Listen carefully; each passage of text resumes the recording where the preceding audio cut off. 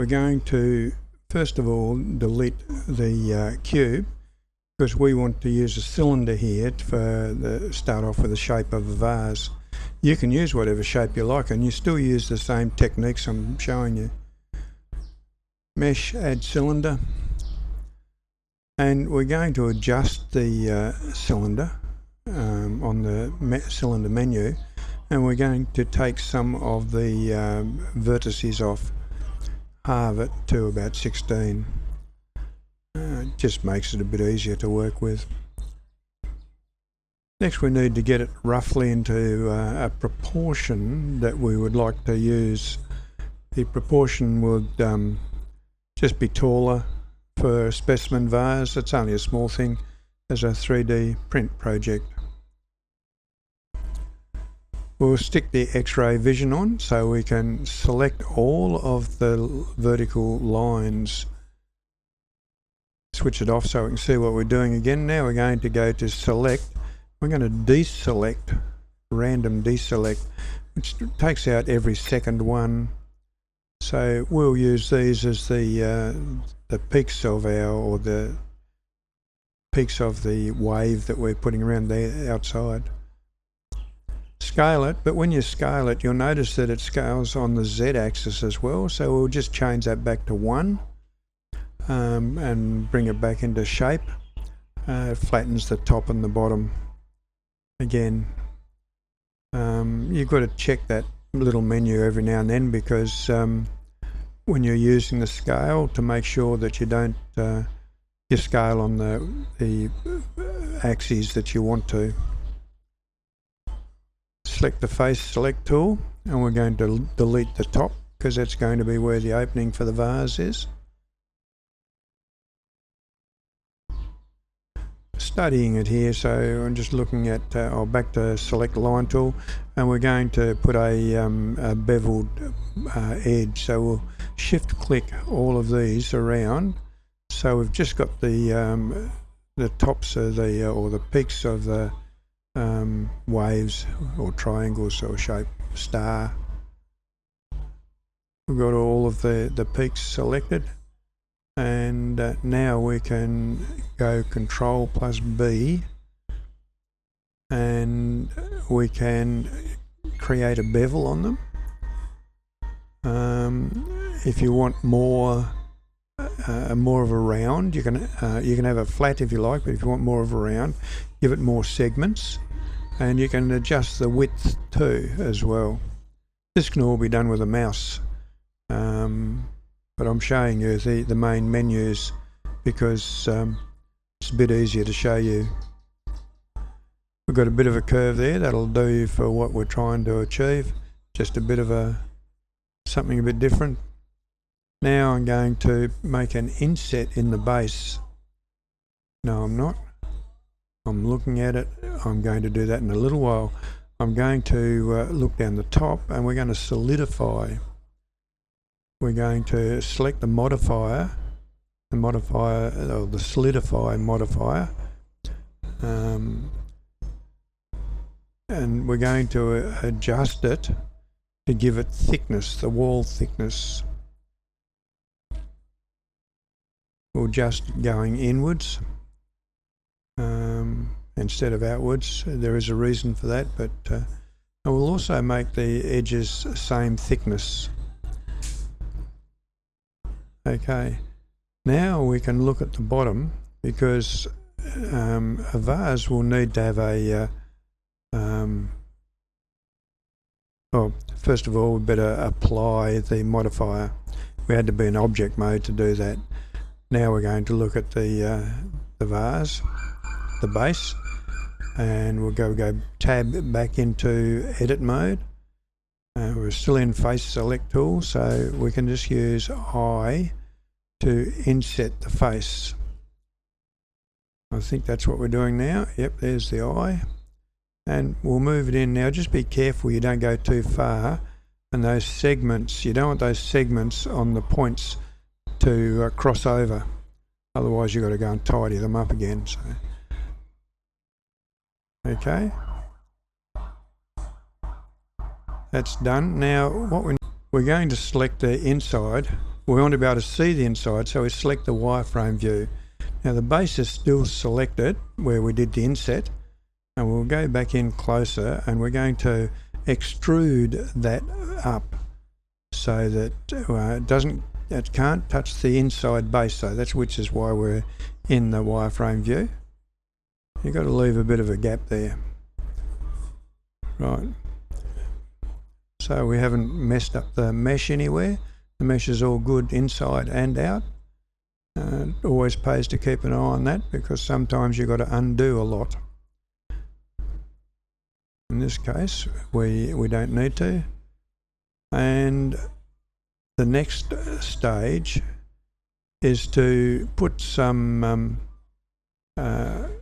loop cuts on the with a Control R, and we're going to put a few loop cuts for us to put the shape into the vase to make a bit more shape. Just a single loop cut, and at each time we'll have about 3 of them in this case. You can make whatever you want. It's your vase. You make it your own shape if you like. You can copy mine, I don't care, but start thinking about design. What would sell well? What would people like? What do you like in the way of shape? Once you've actually made one of these, then it's relatively easy to edit things a lot, change the whole feeling of the vase. We're going to scale on these loop cuts, and there we go. Just bring it out. They're sharp at the moment, but we're going to put some bevels back on those in a little while. So we'll get roughly a rough shape that we can live with, something that you like.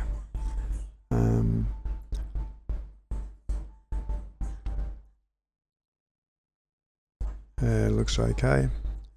Now we'll select those, and we'll put a bevel on them to give it some rounded smoothness. You can leave them sharp if you like. If that's what you like in the way of design, then that's okay. I'm going to just change the mouth of the vase. I've got face select tool and a line, which is the Alt key, and click when you do this. Now the max will double click and get the same effect. So I just changed that a little bit. I don't know why. Now whenever you do scaling, just check that menu again to make sure you haven't scaled on the Z axis and broken your mesh. Control plus B, and we're going to put a curve on it. You can go back to the Control plus B, the bevel menu there if you want to edit more. It pops up each time you use the tool.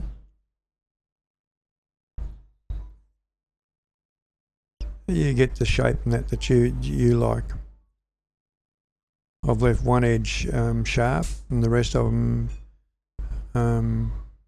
curved, so it doesn't matter. Oh, don't forget to save it in a folder where you can find it again, and make sure you give it a name that you can find it again. Now we're going to add another modifier to this, and the modifier we're going to act as a simple deform, and I'm in the wrong menu here. I should be in the deform menu. There we go. Simple deform. It's just down there. Click on that. Now this is being deformed on the x-axis. If you wanted to align all the base vertices, that would be okay. I'm just going to do it on the z-axis.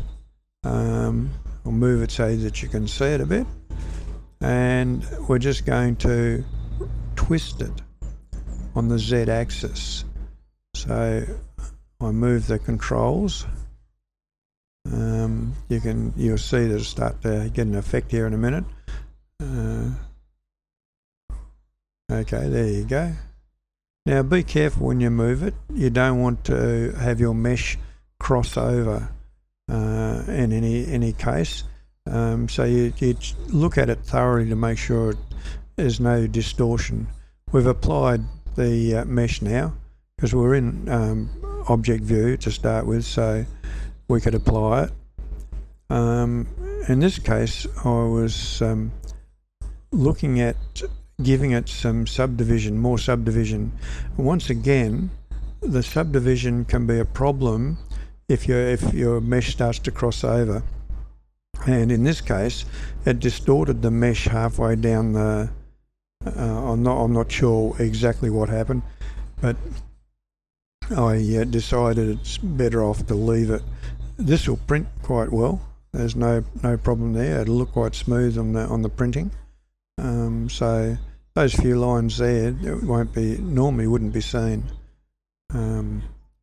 So that's the vase. Save again. All that's left for us to do on this particular project is 3D print. Prepare it for the printer. So we go into the 3D print menu. Must make sure your vase is selected. You check all. And come down a bit further and you want make manifold. And you keep clicking make manifold until you've got all zeros on the bottom. Now we need to check the volume, make sure that it's that's okay. If it says it's got no volume, just scale the whole object just a little bit, tiny little bit, and it should work. This worked, but now I'm about to save it, but then I remembered that if I change the name of the object and put my nickname, or you put your nickname in there, it makes it a bit easier to find in the 3D printer software. So I've saved that. Just always check on the bottom to make sure it's going to a place where you can find it again. And that's essentially the end.